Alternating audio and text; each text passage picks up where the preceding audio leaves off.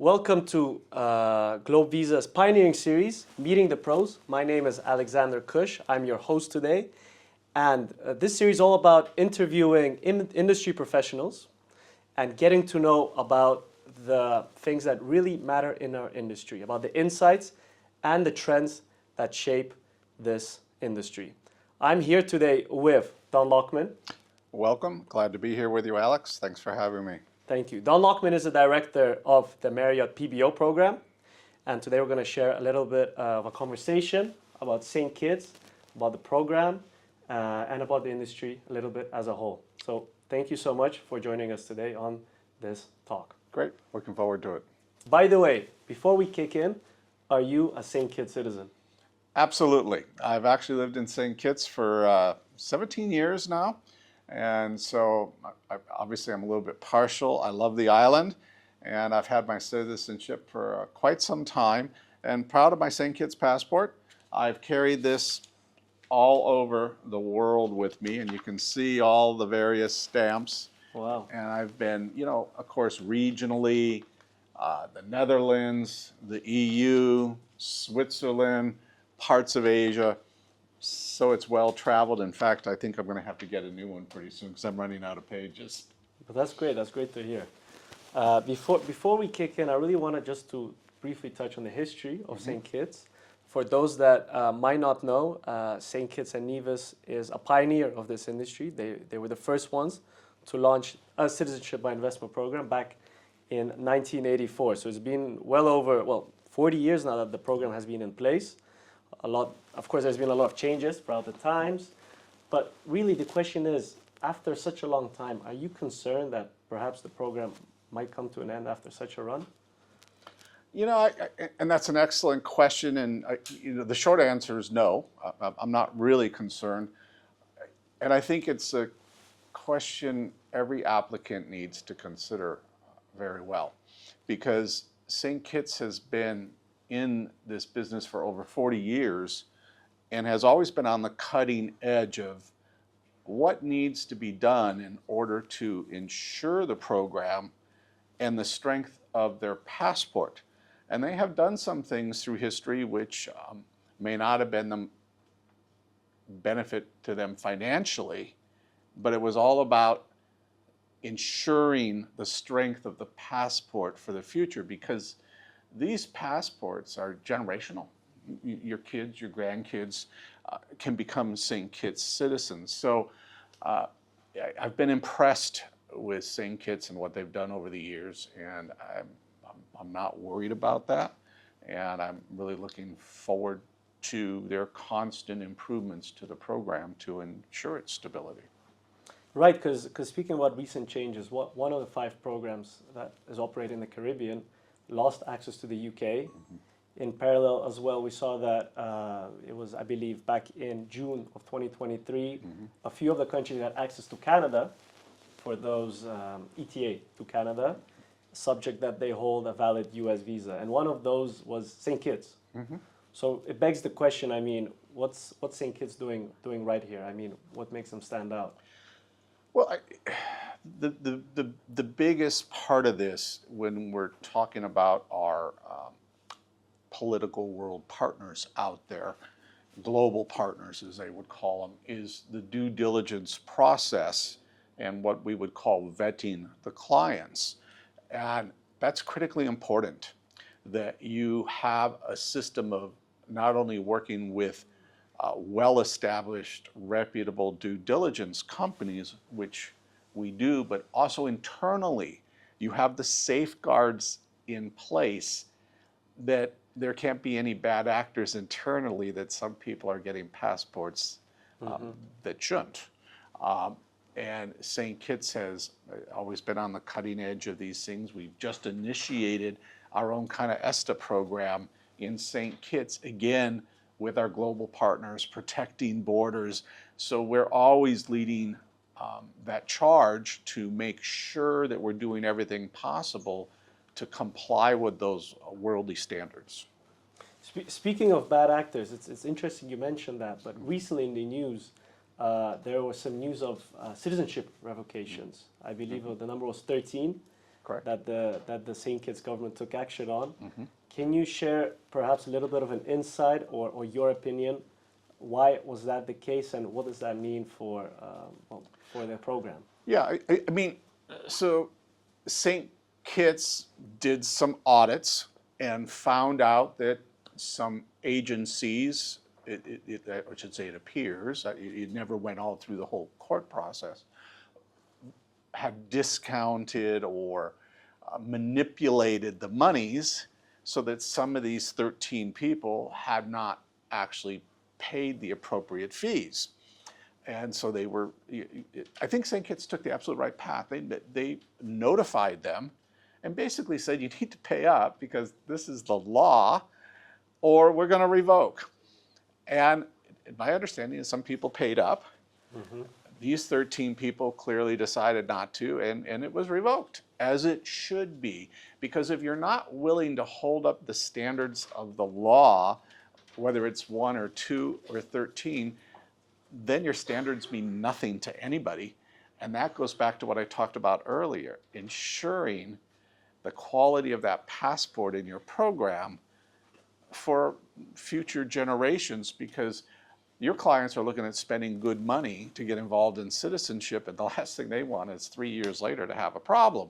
And that's where companies such as Globevisa and yourself, well reputable, one of the largest in the world, you understand these processes. It's not about going to some agent that says how cheap they can do something for you. It's about going to somebody to make sure your future is being protected. That's exactly true. I mean, I resonate with that because, you know, for our industry and for our market here, perhaps in the Middle East, in Asia, and for our companies, it's been difficult dealing with these small agencies that are engaging in this so-called discounting and you know promoting this program below the legal required investment amount. It's a big issue, and I just wanted to take your input on it. I mean, as a marketing agent, as a provider of St. Kitts, that is obviously complying with the law, how much of a threat are these agencies presenting, not only for the industry, the reputation of the industry, but for those end clients as well? Well, I think the whole industry has started to come together to certainly to move towards eliminating that, and which I'm glad. You know, I have had agents approach me and suggest what they were going to do to manipulate them. We just won't deal with them. I won't deal with it. I deal with only reputable companies such as Globe, and we don't want to ever have somebody come back to me and said, why would you participate in something like that? And if one of your clients is hearing that from a competitor, they ought to run. They ought to run real fast, because now you're knowingly getting involved with someone who is breaking the law, and nothing good's going to come from it. Yeah, it's a risk that I think nobody should take, as you pointed out correctly. Well, speaking on the program, on the process itself, there's been some innovative measures taking place. I know that the St. Kitts program launched a digital platform called Saturn to enhance, obviously, the process of applications. What's your take on the digitalization of citizenship by investment? Perhaps are there risks to it? Is this the right approach to go digital?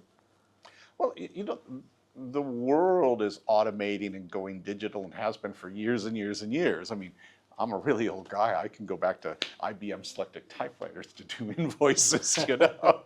It's not going to work anymore, is it? So I just think they are absolutely taking the right path. I don't believe it has an impact at all on the due diligence process. What it has is an impact on the internal processing and the communication with agencies. So when your client calls and says, well, what's the status of my application, you can actually go online and get an absolute current status of where it is. And these kinds of things are just critical to modernize as new softwares and new AI type programs become available. Yeah, and to build trust with the client, and obviously to make the industry a bit more transparent. Perhaps not as complex as it is exactly for the end user. Well, speaking a bit more about the programs, Tell us a little bit more about PBO. I mean, what does PBO stand for? Why did St. Kitts launch it? I mean, what is it all about? Well, it's a good question as well. The PBO essentially stands for Public Benefit Option, and the Marriott is listed as a public benefactor. The island kind of looked at, well, we already have the island donation, which just goes to the general coffers, and we have a real estate product. But they really wanted to look towards businesses that contribute either currently or for the future to the people of St. Kitts significantly. Marriott, we're the second largest employer only to the government. The trickle-down effect of the funds into the community is amazing, but we're so much more than heads on beds. And that's the point I like to make people, because what am I doing, you know, with a Marriott hotel? Well, we're so much more than that. We're a utility company. We have a desalination plant that provides water for most of the local community, businesses, restaurants, and things of that nature. We have a power company that has a lot of surplus power. So when the country's grid is getting stressed, which happens all over the world nowadays, they give us a call and we start putting power back into the grid so the people of St. Kitts can keep a steady bit of electricity coming in. We have a wastewater treatment plant where we, again, treat the wastewater from the whole general community. We have an incredible internship program with the local college. We're teaching culinary skills, HVAC, engineering, brand management, so that our employees are constantly being trained in the Marriott and brand management so they can transfer to Marriotts all over the world. We have petitions in Ritz-Carltons in Manhattan. I venture to say there's probably some down here in Dubai. I mean, I know them personally, but they have moved about the world out there. And one of our biggest and favorites is the country's orphanage, the children's home. We are the longest running platinum sponsor for them. We host their run walk every year on our grounds. We cater the whole event. Our engineers go over to the orphanage. We've redone their kitchens. We've re-roofed it. And I will say the owners of the Marriott, that's one of their favorite things to constantly have to build up. And one of the kids came out of the orphanage, worked their way through Marriott, and now owns a very large IT business and has done very well with his initial training at the Marriott. We've built a school and a community center. So there's so much more to us than a head on a bed. And that's why the government said, no, you know, the Marriott really deserves to be a public benefactor, and we're able to offer a path to citizenship. So, but that's really important what you said. So essentially, it's more than a hotel. Because I mean, if you just say Marriott, all right, you know, hospitality brand, hotel, something by the beach, Caribbean. But I mean, what you mentioned is much, much more. Wow, that's something that's not really talked about. Yeah, and the beauty is, we're not a pamphlet of CGI images, and we hope to do this. We do it every day. These people are in our kitchens learning culinary schools. We're pumping water and electricity into the grid every single day. So people can rest assured that it's not a maybe if someday they might. We're doing it all the time. Well, comparing the PBO to the donation option, the CISC option, correct, and the real estate option, I mean, basically you could say that the PBO is similar to the donation. It's very similar. The price is the same. You could have a variety of dependents. The big difference is, one, you know where your money's going with the Marriott, because I just explained it, you know, what we do with it. And unlike the government donation, we do give the clients a little something back. A couple really important items. One is a residential address in St. Kitts. So if they're looking to set up banking or companies, LLCs, we give them a residential address. The other thing is, if they want to come to St. Kitts to facilitate that, we give them 13 nights in the hotel, or, as we know, a lot of clients, because there's no residency requirement in St. Kitts, may not come. We offer up your clients 250,000 Marriott Bonvoy points, so they can use that as a Marriott currency for free nights at Marriotts around the world, frequent flyer miles, rental cars.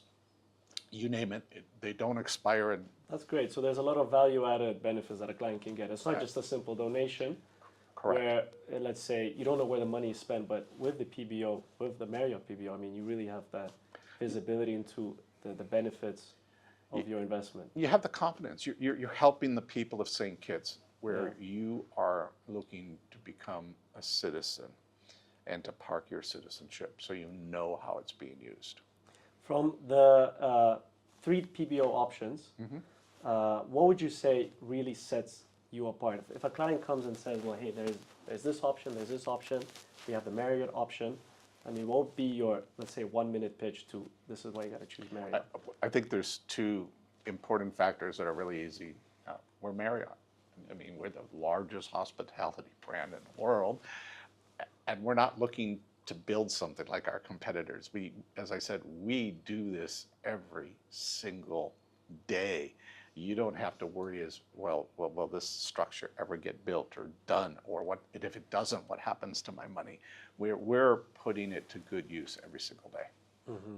And tell me, how's it been so far, let's say year to date? How is the PBO option? You know, they're going really well. Every month is growing in numbers, and you know, we were talking about processes and everything earlier, and I'm really excited that we're starting to get quite a few of our approvals through. Right. And they are just rolling in under 100 days very effectively. The unit has really come together under some fairly recent leadership, and our processing times in St. Kitts have greatly improved. Because that's something that sets PBO apart, right, from the donation and the real estate route, is that you have that enhanced processing window. Yeah, I think, you know, if you talk to the unit, I mean, to be honest and fair, they would say that the processing times are similar across the board. Having represented real estate many years ago in St. Kitts, I think if there was one that was going to take longer, it's quite possibly the real estate, just because of the sheer amount of documentation that's required from, you know, transferring of deeds and, you know, listing of furnitures, escrow schedules.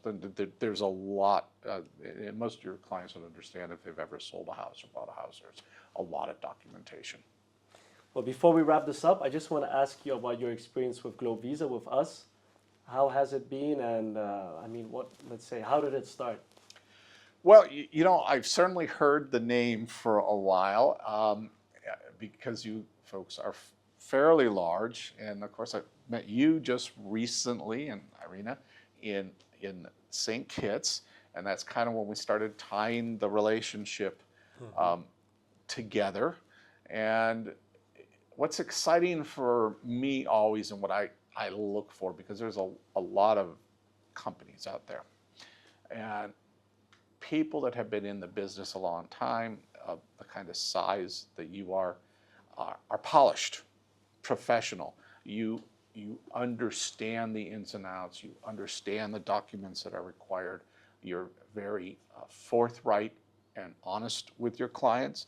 And that's exactly who we look to partner with, because with a Marriott, we're not going to tarnish our name, and so we're also very selective. And we've seen a few files come through, and they're spot on, complete, how they're supposed to be done, which again for your clients should be something they're looking for. Thank you. I mean, we look forward to building a fruitful collaboration and expanding on the existing partnership that we have already. We're looking forward to it as well, and of course, I'm always available to you or any of your clients for any questions you may have. Thank you. Thank you so much, Don Lockman. All right, thanks. Thank you for joining us on today's podcast, and make sure to subscribe, like, and stay active for more podcasts and interviews coming your way. Thank you. This is Alexander Kush with Don Lockman here at Globevisa. Thank you.